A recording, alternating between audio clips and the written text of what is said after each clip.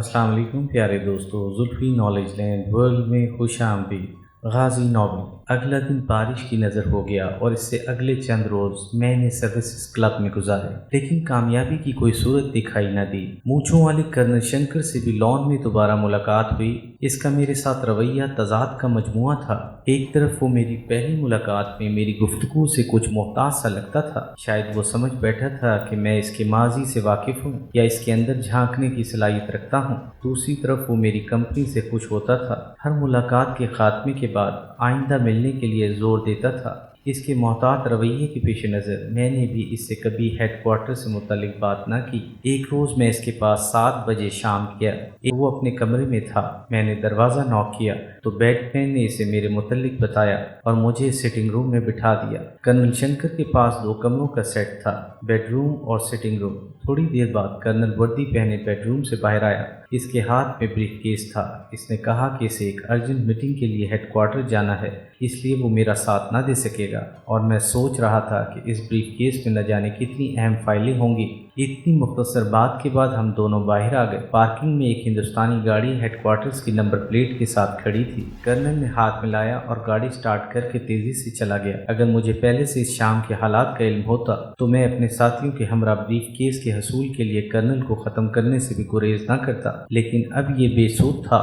اب اس brief case کے حصول کے لیے مجھے شیر کی طاقت کے ساتھ ساتھ لومڑی کی چالاکی کو بھی استعمال کرنا تھا۔ میں نے فیصلہ کر لیا کہ کرنل کے بیٹ مین کو پھانسنے کی کوشش کروں گا۔ ان چند دنوں میں اپنے ساتھیوں سے ایک بار ملا۔ وہ سب اپنی کوششوں میں مصروف تھے، لیکن کوئی خاطر خواہ کامیابی نہ ہوئی تھی۔ ہم نے حساب لگایا کہ جتنے کم عرصے میں ہم نے احمد نگر کی فائلیں پاکستان بھجوائی ہیں، اس بڑی کامیابی سے ہمارے سینئرز ہمارا خاصا بلند امیج بنا چکے ہوں گے، لہٰذا اسے قائم رکھنے کے لیے ہم نے اپنی کوششیں تیز کر دیں۔ ہمارے کانٹیکٹ کی آمد میں بھی کم وقت رہ گیا تھا۔ فائلوں کے حصول میں کامیابی پر اپنے سینئرز کا رد عمل بھی دیکھنے کی خواہش تھی۔ میں چاہتا تھا کہ اس بار بھی اپنے کانٹیکٹ کے ذریعے مزید مواد بھیجوں۔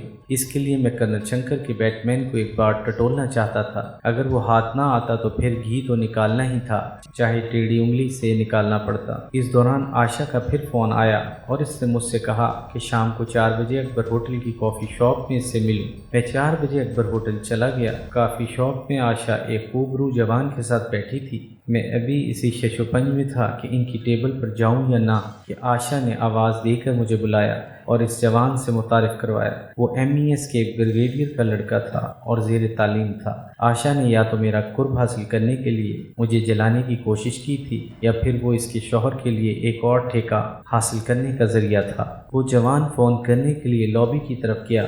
آشا نے بتایا کہ میرا دوسرا خیال درست تھا۔ میں ان کے ساتھ قریباً آدھ گھنٹہ بیٹھا رہا۔ اس دوران آشا کبھی اس نوجوان کے قریب ہو کر سرگوشی میں اس سے بات کرتی اور کبھی بے تکلفی سے میرا ہاتھ اپنے ہاتھ میں لے لیتی اور اس نوجوان کو میرے چائے کے کاروبار کو بڑھا چڑھا کر بیان کرتی اور کبھی مجھے اس کی شاخ خرچیوں کا بتاتی۔ مجھے بہت جلد ہی محسوس ہو گیا کہ آشا کا مجھے یہاں بلانے کا مقصد بیک وقت دو شکار کرنا تھا۔ وہ ہم دونوں میں رقیبانہ جذبات پیدا کرنا چاہتی تھی تاکہ ہم دونوں سے اپنے مقاصد پورے کر سکے۔ آشا سے دوبارہ جلد ملنے کا وعدہ کر کے میں ان کی ٹیبل سے اٹھایا۔ آشا نے مجھ سے تعارف کے بعد اپنی نجی زندگی کے بارے میں جو کچھ بتایا تھا، میرے خیال میں اس کی وجہ اس کی ازدواجی زندگی کی محرومیاں اور اس کے شوہر کا اسے محض ٹھیکے حاصل کرنے کے لیے استعمال کرنا تھا۔ جے چند جیسے بوڑھے سے اس کی شادی کی وجہ اس کے والد کی مالی مجبوریاں تھیں، لیکن جے چند نے بھی اپنے کاروبار میں اسے استعمال کرنا شروع کر دیا تھا اور یہ پڑھی لکھی جوان حسین عورت اپنے شوہر اپنے سماج سے باغی ہو چکی تھی۔ جب میں نے کہا کہ میں غیر شادی شدہ ہوں، بمبئی میں خاصا بڑا کاروبار ہے اور اس کے حسن سے بہت متاثر ہوا ہوں، عین ممکن ہے کہ آشا نے اپنے مستقبل کو میرے ساتھ وابستہ کر کے سنہرے سپنے دیکھنے شروع کر دیے ہوں۔ بہرحال آشا کے رویے سے میں نے محسوس کیا کہ وہ فی الحال میرے کام نہیں آ سکتی، اور اپنے ہوٹل پہنچتے پہنچتے میں یہ فیصلہ کر چکا تھا کہ آشا کو اسٹینڈ ٹو پوزیشن پر رکھ کر دیگر ممکن ذرائع کو استعمال کروں، جن میں میرے ساتھیوں کو مہیا کردہ معلومات، کرنل شنکر کا بیٹ مین، اشوکا اور اکبر ہوٹل میں شامیں گزارنے والے فوجی افسران اور ان کی بیگمات شامل تھیں۔ میں اگلی صبح محلہ فراش خانہ گیا، ساتھیوں کے مکان کے سامنے مخصوص آواز نکالی اور واپس بڑی سڑک پر آ گیا۔ تھوڑی دیر میں ٹرانسمیٹر والا ساتھی وہاں پہنچ گیا۔ میں نے شام کو ایک ریسٹورانٹ میں میٹنگ کے لیے کہا جس میں وہ چاروں اپنی اپنی کارکردگی مجھے بتائیں۔ اس میٹنگ میں چاروں نے کہا کہ فی الحال کوئی پیش قدمی نہیں ہو سکی۔ بارش کی وجہ سے دہلی کی بھیڑ بھاڑ میں خاصی کمی آ چکی تھی اور ایسے حالات میں کسی کا پیچھا کرنا شک پیدا کر سکتا تھا۔ ساتھیوں کے ساتھ میٹنگ کے تیسرے روز کانٹیکٹ سے ملاقات کا دن تھا۔ مقررہ وقت پر کانٹیکٹ سے ڈاک وصول کی اور اپنا پیکٹ اسے دے دیا۔ جلد از جلد زگ زگ راستہ اختیار کر کے اپنے ہوٹل پہنچا تاکہ اگر کوئی پیچھا کر رہا ہو تو اسے جھٹک دوں۔ اس بار ساری ڈاک سفید صفحات پر مشتمل تھی۔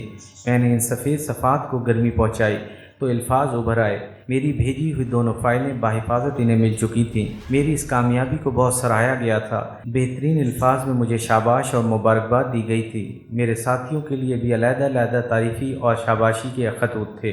ہمارے گھروں میں سب خیریت کا مسدہ بھی تھا۔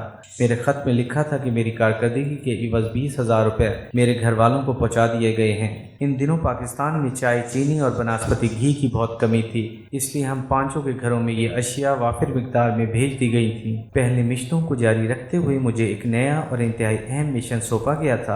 ہماری ایجنسی کا ایک گروپ پہلے ہی اس مشن پر کام کر رہا تھا۔ یہ مجھے اس ڈاک کے ذریعے معلوم ہوا۔ احمد نگر میں میری کامیابی کے بعد میرے گروپ کو بھی یہی مشن اپنے طور پر کرنے کے احکام ملے تھے۔ یہ مشن تھا کہ تاراپور کے ایٹمی بجلی گھر سے انریچڈ افزو کردہ یورینیم کہاں بھیجا جا رہا ہے اور یورینیم کس کام میں لایا جا رہا ہے، اس کے متعلق ہر ممکن معلومات حاصل کروں۔ اس ڈاک میں بھی ہمارے لیے 30,000 بھارتی روپے تھے، 10,000 میرے لیے اور 5,000 میرے ساتھیوں کے لیے۔ جو ڈاک میرے لیے تھی اسے میں نے پڑھ کر ہمیشہ کی طرح نظر آتش کر دیا۔ فائلوں کی فلم بھی ضائع کر دی اور ساتھیوں کی ڈاک اور ان کے روپے ان کے حوالے کیے۔ انہوں نے جب اپنی ڈاک پڑھ لی تو میں نے ان کی ڈاک واپس لے کر وہیں جلا ڈالی۔ ہم کسی بھی صورت خطرہ مول لینے کو تیار نہ تھے۔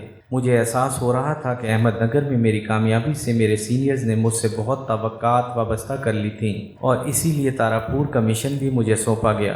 تربیلا میں ملازمت کے دوران غیر ملکی ملازمین سے مجھے اتنا تو معلوم ہو چکا تھا کہ تاراپور ایٹمی بجلی گھر بجلی پیدا کرنے کے علاوہ کچھ اور بھی تیار کر رہا ہے، لیکن نیوکلیر انرجی کے متعلق میری معلومات صفر تھی۔ لہٰذا میں نے دہلی کے مختلف بک سٹالوں سے نیوکلیر انرجی کے متعلق ابتدائی کتابوں سے لے کر وہ کتابیں بھی خرید لیں جن میں زیادہ ٹیکنیکل معلومات تھی۔ میں نے فارغ وقت میں ان کا مطالعہ شروع کر دیا تاکہ جب میں اس مشن پر جاؤں تو نیوکلیر انرجی کے متعلق بالکل کورا نہ ہوں۔ میرے ساتھی اس بار کی ڈاک میں شاباشی پا کر تر و تازہ ہو چکے تھے۔ یہ انسانی فطرت ہے کہ اچھی کارکردگی کے اعتراف میں ایک تھپکی وہ کام کر دیتی ہے جو ہزاروں لاکھوں روپے نہیں کر سکتے۔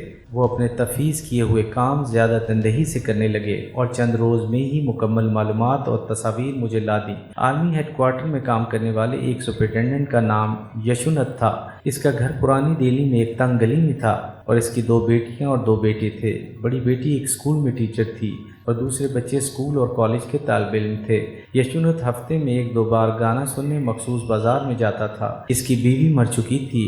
ان اطلاعات کے ساتھ ان سب کی چلتے پھرتے تصویریں بھی اتار لی گئی تھیں۔ ایک سویلین کلرک تھا جو یشونت کے گھر کے قریب رہتا تھا۔ وہ جوان اور غیر شادی شدہ تھا اور یشونت کی بڑی بیٹی سے اس کا افیئر چل رہا تھا۔ اس کلرک کا نام مدھوک تھا۔ اس کلرک کی یشونت کی لڑکی کے ساتھ بھی ایک تصویر اتار لی گئی تھی۔ لڑکی کا نام شانتی تھا۔ آرمی ہیڈ کوارٹرز کے 2 صفائی کرنے والوں کی 2 تصاویر بھی اتار لی گئی تھیں۔ یہ دونوں عیسائی تھے اور ان کے گھروں کا ایڈریس بھی حاصل کر لیا گیا تھا۔ میرے ساتھیوں کے اس ہوم ورک سے ہمیں ہیڈ کوارٹرز میں پہنچنے کے نئے راستے دکھائی دیے۔ چونکہ یہ سارا کام میرے ساتھیوں نے کیا تھا اس لیے میں نے فیصلہ کیا کہ انہیں آئندہ کی پلاننگ میں پوری طرح شامل کروں۔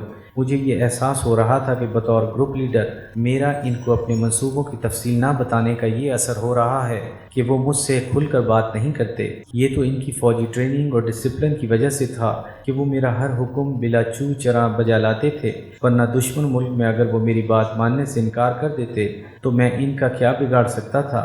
مجھے ان سے بڑی حکمت عملی سے کام لینا تھا اور اب وہ موقع آن پہنچا تھا کہ میں انہیں اپنے مکمل اعتماد میں لوں اور ہیڈ کوارٹرز تک رسائی کے لیے ہم سب اکٹھے بیٹھ کر منصوبہ بندی کریں۔ ایپیسوڈ 14 اختتام پذیر ہوئی۔